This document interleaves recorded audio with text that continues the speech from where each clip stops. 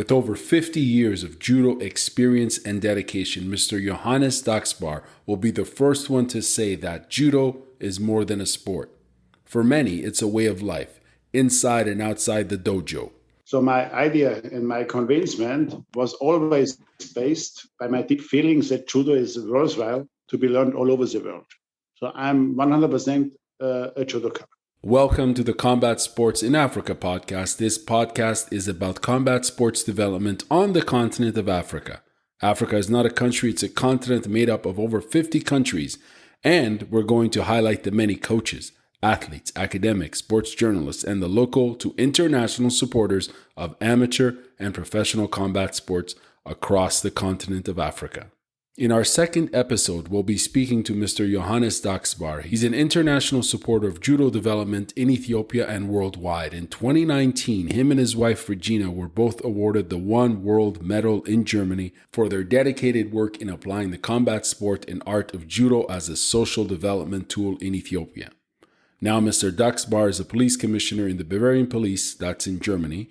He's been actively involved in all aspects of judo as a former competitor, coach, club president, and in addition to having worked with various judo-related sporting organizations at the local, state, and federal level, as well as the International Judo Federation, the IJF, as an active member of the IJF Military and Police Commission. Please note, this interview was conducted in late September 2021. I've previously interviewed Mr. Daxbacher for a documentary on the sports development of judo in Ethiopia, which I'm still working on. Okay, let's get to the interview. Mr. Johannes Daxbacher, how are you doing? So I'm fine, Mr. Garami. Thanks that we have the possibility to meet. And a long time has gone since our last personal meeting, but I enjoy every encounter with you. Hope you're doing well. I'm doing well. I'm really looking forward to this interview here with you, sir. First question I'd like to ask you, can you give us a summary of your judo career from your days as a competitor to a coach and your overall involvement in the sport of judo? Yeah, well, for sure. So, Mr. Garami, so I started almost 50 years ago with judo and had very soon three huge dreams. So one of them was to go to Japan, the cradle of judo. The next one was to fight in the German national team, as well as to fight in the first German national league. And in the age of 25 years, I could realize all of these three dreams and had really great feeling and emotion to realize with my own energy, with my own willpower, all of these three aims. So this is what judo is all about. You go on your way with huge dedication, patience, perseverance, and the main judo title or my personal philosophy, never give up. Please let me express my thanks and gratitude to all of my coaches and partners. Without the great support of all of them and most of all of my parents, I would not be able to learn judo. And as well as the powerful judo structure in Germany is very important to give all the frame conditions. It's important to learn judo.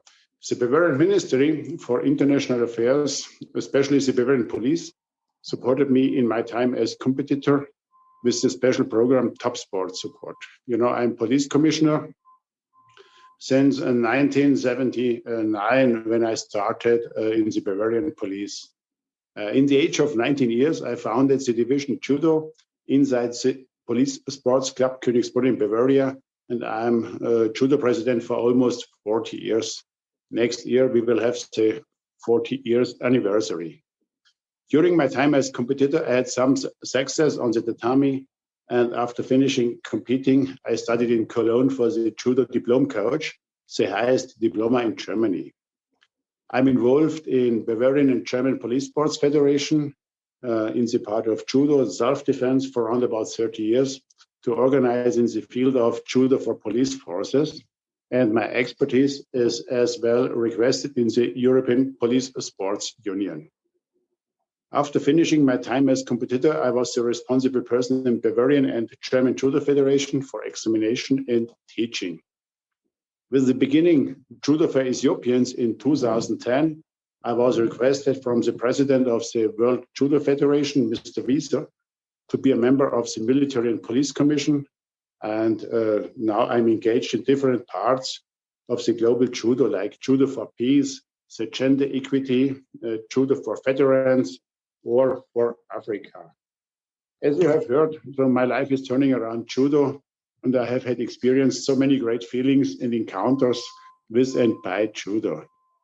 My wife, Regina, we are married more than 30 years, is a judoka herself. I graduated in the former Italian successful competitor. Together with Regina, we could manage many regional, national, and international judo events and teaching lots of students.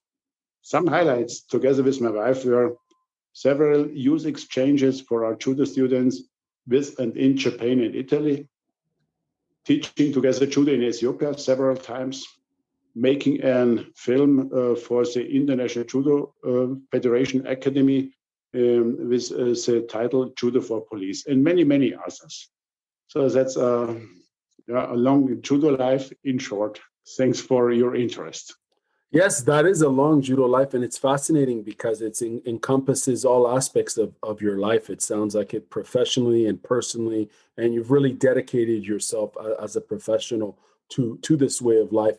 Next question for you. I'd like to know, how did you get involved in martial arts sports development in the country of Ethiopia? How did that happen? Yeah, it happened, I think, in the year in 2008, when Dr. Zegai Degine, an Ezio German from Berlin, asked me to teach judo in Ethiopia, which I did first time in 2010. So it was really amazing to be requested. And so immediately I said, okay, Dr. Zegai, I will do it. At that time, there was no judo activity in whole Ethiopia. Ethiopia currently has around about 110 million people. It's really a huge African country. I think after Nigeria, it's the second huge country on the African continent. Yeah, after my first trip to Ethiopia in 2010, Ethiopians and Ethiopian politicians gave me a very positive feedback, and I was requested to develop judo in Ethiopia. So, and I decided, helping to build up a national judo structure, and really an incredible long and colorful story began. For sure. And what did you think of that initiative? This idea of judo in Ethiopia. What were your goals and objectives at that time? Yeah, so you have seen I'm 100% convinced about judo, and I have seen in Ethiopia there is no judo structure. There was no judo, and so I received the feeling of Ethiopians. Please let us try to establish judo, and so my personal motivation to bring in my knowledge, expertise, my time, energy, lots of expenses covered by myself was really judo is worthwhile to be distributed all over the world. And it's important for the development of a citizenship into a just society with the judo values. And we call it the global judo values like respect or friendship or the gender equity or peace. And that's really amazing to try to offer it, and to see on the other hand, people are very happy to see a new life or to see new opportunities. Judo is an Olympic sport, but as well, like the founder of judo, the Japanese professor Jigoro Kano explained, judo is more than a sport, and it helps the society, the human beings, for a better life together. And that's what we have to try to come together. People all over the world, not even in Africa, as well as in Germany or in Russia or in other parts of the world. We are human beings, and we have to try to work together, to come together, to try to solve conflicts for a better, peaceful life. I'm 100% convinced about the benefits of judo for the human mankind. And at that time, there was no judo in Ethiopia. So that were my first thoughts, and are as well as my current thoughts. So it's highly important to establish a judo structure in form of a proper organization, a proper federation or association. As I said already during my introduction, without a good judo structure in Bavaria or in Germany, I would be not able to learn judo. And the same is we have to try in Ethiopia.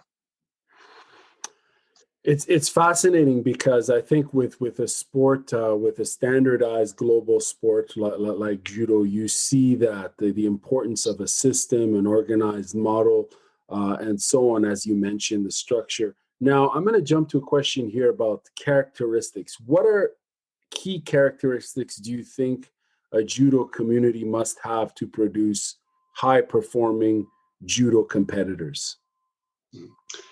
Yeah, there are some really crucial frame conditions for high-performing judo. I will reduce it only like a tripod. So one leg is the human resource, and respective the talented young people. And so in Ethiopia, we have so many huge potential, which is amazing. But to have only talents for fighting is not enough. So there's a second leg on this tripod, and this is to have qualified and trustable coaches. And that was my intention to start in Ethiopia, and which I tried to build up, teaching coaches. And after 11 years, we had really some good success, some good coaches, and qualification or expertise, well-educated coaches in judo skills, but we have to teach them as well in a social way. The judo values, it's so highly important to teach judo as a way of life. The third leg is as well as important, and this is a strong and reliable administration, which I have not positive in my memory. That's really a huge lack in Ethiopia, and not only in the part or in the field of sport. So many supporters or helping persons or NGOs, non-government organizations, they suffered with sometimes really a lousy, sorry for this word, with a lousy administration. To establish a national judo and jiu-jitsu structure or federation in Ethiopia is really a nightmare. Thousands of different rules, no interest in the working sector or the executive sector in the offices, despite the huge wish and support from the high politics. So frustration and disappointment sometimes try to overpower me and all of our supporters. Yeah, as I mentioned, many other NGOs had suffered same like I did, and they gave up. It's always a huge damage for Ethiopia, and damage for Ethiopian people as the future of Ethiopian children. And for me, it's unbelievable. As well as sometimes I'm so sad about acting with really ungrateful manners, will frustrate as well as wonderful people from all over the world. Their heart is beating for Ethiopia, or they have dedicated for Ethiopia, as well as Ethiopians. They try to improve the situation in their country. And unfortunately, in my experience, Ethiopia missed a clear support from the administration to bring the necessary frame conditions. And that's really an unlucky situation. And I'm in good hope if they will change it. So we will have very soon a huge and positive success. Now, as far as like the current state of judo in that country, what's your opinion on the state of judo in Ethiopia? Yeah, well, Mr. Gami, we have good and really qualified judoka and judo coaches, some with black belt and international level. So we can compare it, and I'm very happy about it. So the Ethiopians showed a huge dedication, and they trained hard and continuously. And so there's really a huge development. And as well as there's a huge interest in judo. But as I mentioned before, the lack on the great support in the administration. This necessary, this basic frame condition, they are really high complicated. And I think that's the point we have to work out. And I received, as well as Dr. Tsegai, we received both from the high political level, huge support. But sometimes I think the support from the high political level have to come down to the executive level. I think that's important.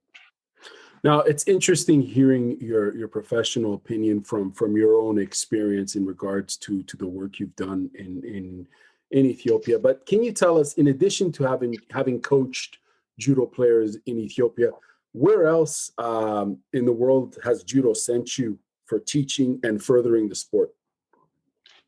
Yeah, no, well, so judo is a fantastic sport and is really able to overcome all kinds of different obstacles and borders. And that's why we call as well about a judo family, a global judo family. And I'm so happy that Ethiopia is a part of the World Judo family since 2011, when the World Judo President, Mr. Wieser, invited two Ethiopians to come to Paris. And that was really, really great. So for my person, I was in many countries and was always welcomed with great pleasure and hosted as friend. I experienced this all over Europe, in Japan, in Korea, in Russia, in India, in Sudan, in Arabic countries. And in all of these countries, I felt more than 100% welcomed and had not to suffer with, unfortunately, some offenses or hostility, which happened several times in Ethiopia. So it's sometimes really, really crazy. We will bring development, we will give them our friendship and so on. And people in sport administration offices and so on, they did not say hello to me. And that is what is sometimes really hurting. So I'm wondering that all over the world, my and our engagement for free to help developing judo was appreciated and supported with great interest and dedication. But it not always happened in Ethiopia. Despite some great people, some great Ethiopian people, they tried to help, they do all the best. But in the end of the day, I have the experience that people in executing positions didn't understand that my or our engagement judo for Ethiopians was a donation with qualification and education. And expertise and qualification will give you bread, will give you existence for your future. And if I will present some person 50 euro, so maybe after tomorrow, 50 euro for $50 are spoiled, they are out. But if I'm able to give education, qualification, expertise, capability to a person, he can work with it. And for example, if a person can play a music instrument, so it's really great. He can work it out and he can play music, or he can sing, or he can write a book, or he can teach judo 5, 10, 20 years, 30 years, the all lifelong. And that was my idea. So, but I fear that this important of my personal development philosophy was not always understood. But we have to work out, and maybe with my podcast interview, maybe some of the persons will understand it. So I have to mention that I have had never the idea to make business. I did it all for free. Right. And this is one point in our judo philosophy. So we call it senpai kohai. The elder one will help the younger one. The more experienced person will help the less experienced person. The black belt has to develop, has to support the green belt, and so on. The beginner will be supported by the runaway, and so on. And that's really a huge philosophy, and it's working all over the world. And I hope with common support, with a great network, we will be able once a day to implement it in Ethiopia. I have a follow-up question, but I'm going to frame it by saying, obviously, you've given 50 years of your life to the sport of judo.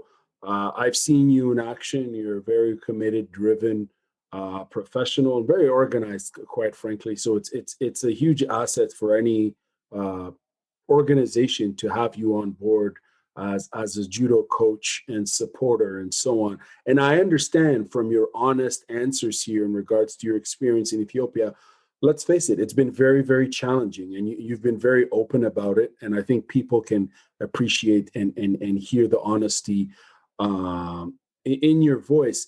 I know there's been some negative experiences, but overall, I suppose there could have been some positive ones. My question for you, as I'm setting this up here, is what do these experiences, these interesting experiences, mean to you personally and professionally? Because you've been all over the world doing spreading judo in every continent, and what do all these experiences mean to you, and also to your wife, Regina, because you guys are a team? Yeah, Mr. Gami, I will name it only in one short sentence. So it shows that we judoka all over the world are really a special kind of family, the judo family. And that's what is carrying me all over the world, together with my wife, together with our friends. So we are meeting, we are playing judo together, we are teaching, we are exchanging our experiences. Judo is combining the people, is connecting the people between all colors, between all borders, between all religion structures of left or right, or white and black, or young and old, with passport in green or with passport in red, and that's really great. And so I'm grateful to be a part of this global judo family. Now, obviously, I'm joining you from Canada. You live in Germany, and we're speaking about Ethiopia. And I think it's important to understand a bit more about the German sports community, particularly when it comes to competitive judo. We know that Germany is very strong in various sports, particularly judo. If anyone watches the IGF. International Judo, you see plenty of Germans competing out there, men and women, incredible talent and coaching staff and so on. Now, can you give us an overview on how competitive judo is managed and organized in Germany? Yeah, well, so I think we have a couple of points to mention. So one is, for sure, Germany is a well-developed country, and the daily fighting for surviving cannot be compared with Africa or Ethiopia. That's a fact. So we have more time to develop for hobbies like sport. In other countries, they have to work to try to survive today or tomorrow.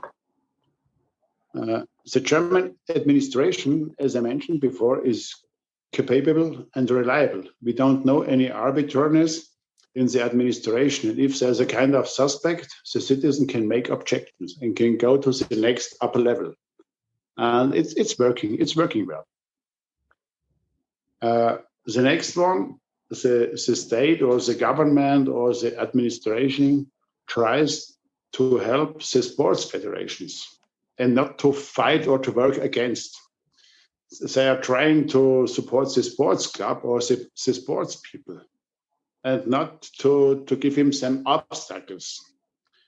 So their interest is to organize all the frame conditions so that they can play their kind of sport, even soccer or swimming or judo or athletics.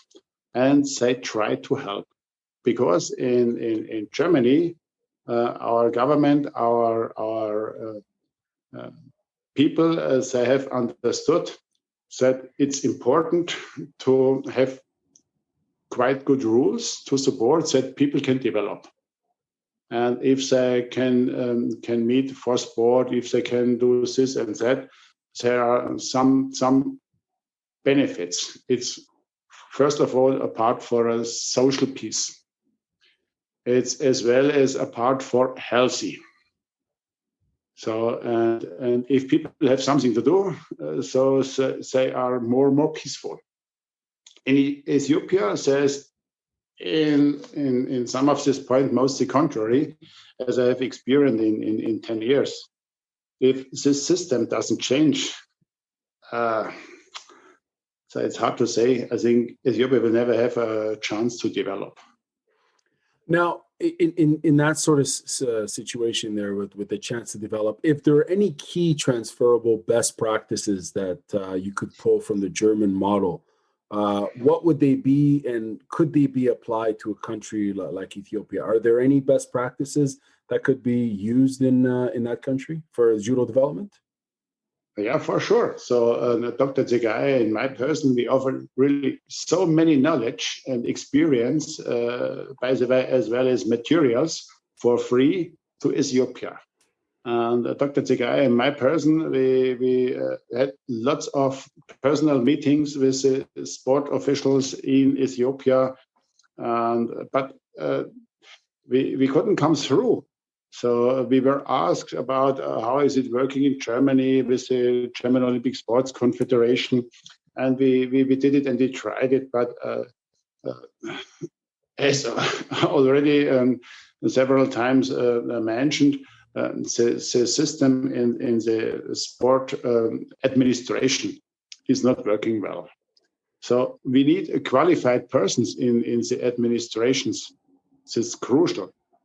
And they have to bring a fair and open treatment, and away with arrogance and proudness.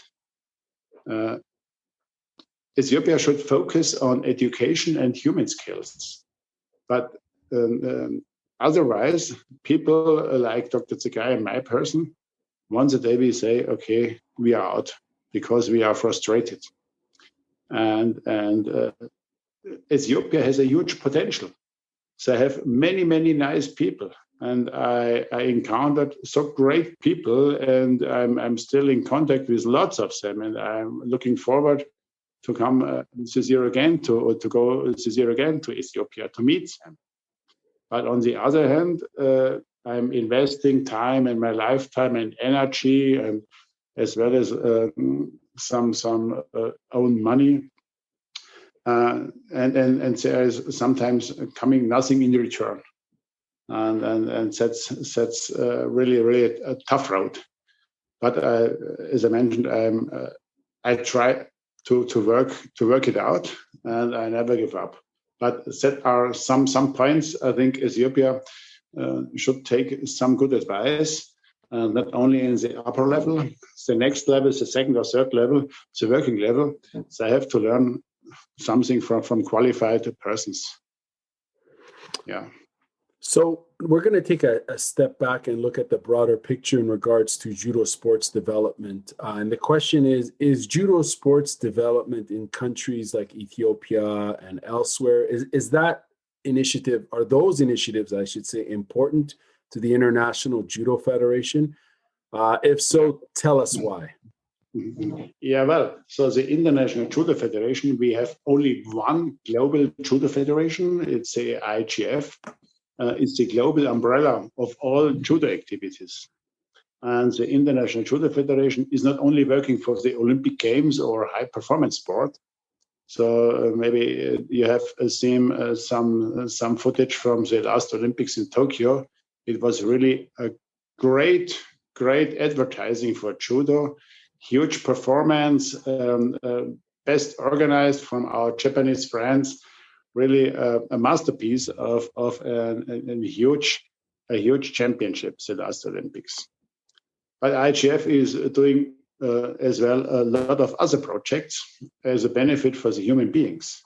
For example, we are doing the Judo for Peace and Development projects, Judo for Children, Judo for Women, and the gender part, it's high important, Judo for Police Forces, to bring judo as a tool for a smarter conflict resolution for police forces, to try to prevent police violence and so on, for a peaceful encounter between the citizens and the police. Judo for refugees. So we are bringing judo for a social development, as well as judo is a part for a smarter conflict solution.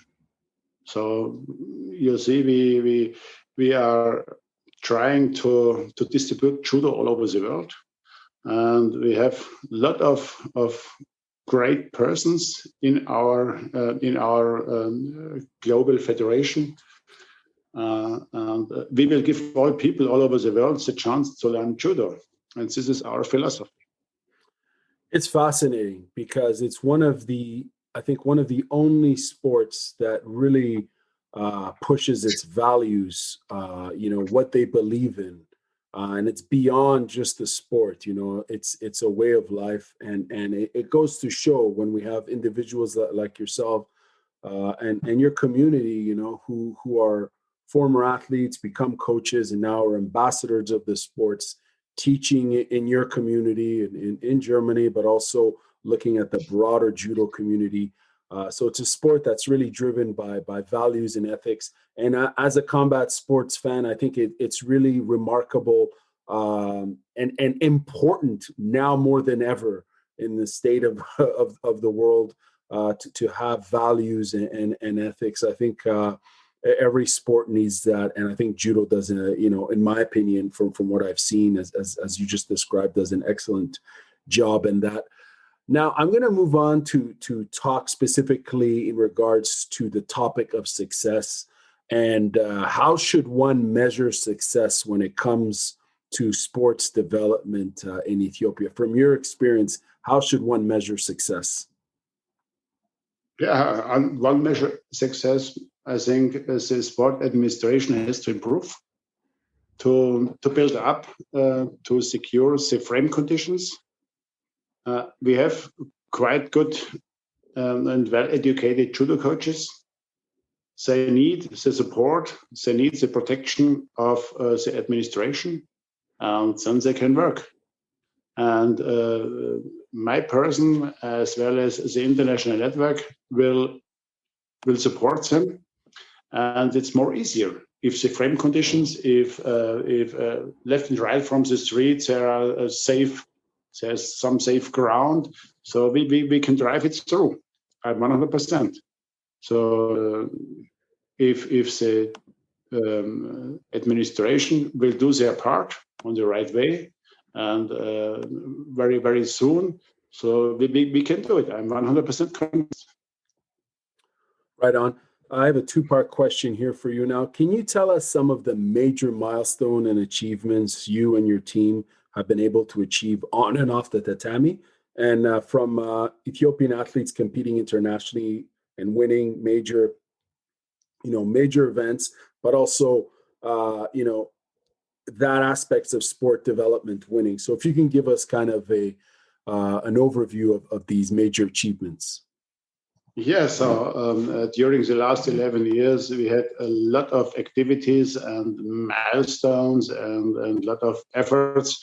So we started in 2011. It was 1 year after I was first time in Ethiopia with two Ethiopians during the World Championship in Paris. And this was really the first time, it was historically, that Ethiopia participated in a World Championship. And it was first time Ethiopia was invited to the global judo fed. It was really amazing. It was heart-touching.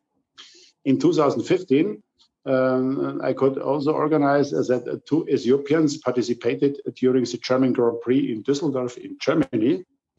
Mr. Gamani, you yourself, you was there and took some footage, and we had you were part of this huge, of this really great event. So the whole event, German Grand Prix, was under the name of Judo for Ethiopians, with material donations, with international press conference, as well as with participation of politicians from the Ethiopian embassy.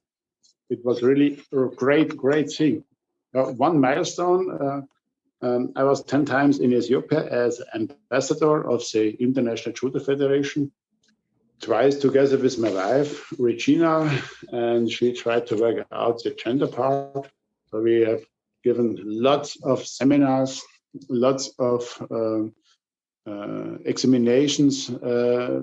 I organized lots of materials like judo clothes and tatami, judo mats, and with the support of the German Foreign Ministry, the German embassy in Ethiopia, in Addis Abeba, so we could deliver really materials as well as supported by the German Judo Federation and German judo clubs. So I said, okay, for our friends in Ethiopia, we do it with great pleasure.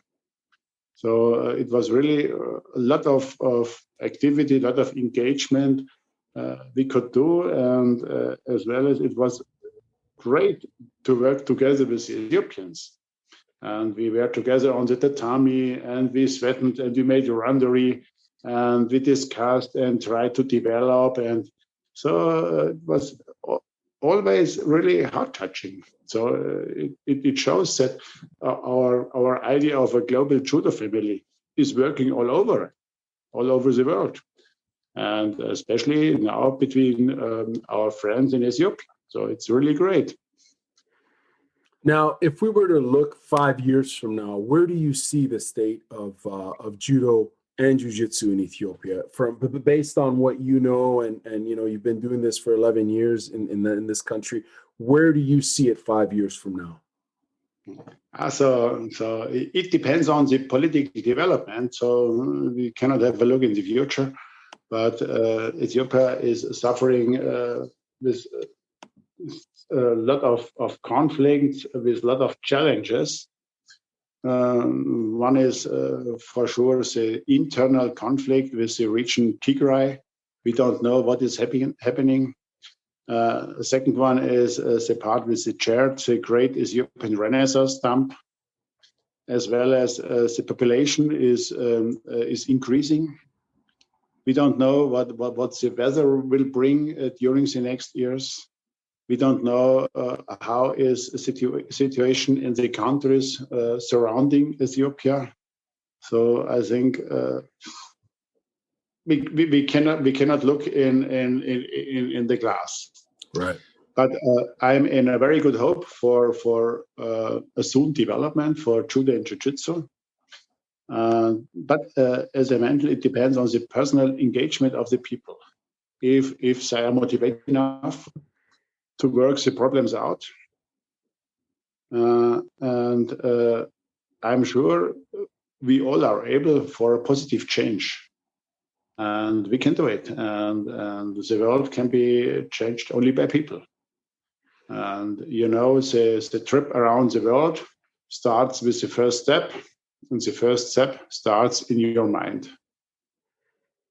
And we have the steps started in the mind. We stepped already a certain sum of miles, and we will never give up. We will do it. It's been many steps. It's been quite a journey, I should say.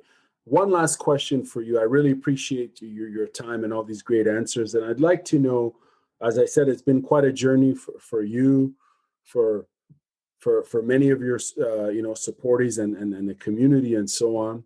What inspires you to keep going and supporting the development of judo in Ethiopia? I know you've kind of answered it before, but I want to ask again, because it seems like it's been quite the level of dedication, quite the level of focus, and many challenges ahead, but you still keep going. So what inspires you to keep going? Oh, well, so my idea and my convincement was always based by my deep feelings that judo is worthwhile to be learned all over the world. So I'm 100% a judoka, as well as my wife. So it's not so that I have to share it at home. So we have 200% convincement about judo. And judo was in 2010 one of the last countries without judo and without a national judo structure. So I felt, why not? Should we try to develop judo in Ethiopia? And I have never seen it as a business and never expected a huge thank you very much. But I did it, and I will do it for the next time. I have to thank some people to give my gratitude. I have met so many great and nice Ethiopians I could meet in the last 11 years, and really every encounter with such persons was a huge enrichment for me, despite lots of attacks and backstabbing. And I look forward to see my Ethiopian friends as soon as possible. Before I will express my wishes for the future, I will try to give my thanks for the whole network. They supported me. They gave me sometimes a good backup. They believed in me and in my convincement. The German government, the international judo family, most of all the International Judo Federation with its president, Mr. Marius Wieser. Lots of Ethiopians, lots of my friends, and that was really great. So to work together, to discuss and up and down, and no, please don't give up. Okay, what do you need? You need some kind of letter to whom it may concern. Oh yes, why not? You have a next address, and I need some judogi for Ethiopia. Okay, why not? I will try to help to cover some part of the transportation costs, and this and that. Or in Ethiopia, I had always open doors in the German embassy, and that was really great. As well as the Japanese ambassador invited me twice. So the whole network is an approval that judo is worthwhile to distribute it. Not to forget the international judoka, they are working in Ethiopia for the for the European Union or for the United Nations or for other companies. And so I have a lot of huge friends, met the whole world in Addis Abeba. And once we organized a judo training with the Ethiopian sports minister, with representatives from the German embassy, as well as the Japanese ambassador. And I think we were 12 or 13 or 14 different countries on one tatami. And this was really, really great feeling. So you see the whole judo family. Yeah, my wishes for Ethiopia and its people, they are coming really from the bottom of my heart. And I wish Ethiopia and its population all the best for the future. Peace between the ethnic groups, and may God bless Ethiopia. Mr. Johannes Daxbacher, thank you very much for your time and your commitment to spreading judo everywhere, particularly in Ethiopia. I know it's been quite a journey for you and your supporters, and I hope you continue doing your great work. And thank you for this interview.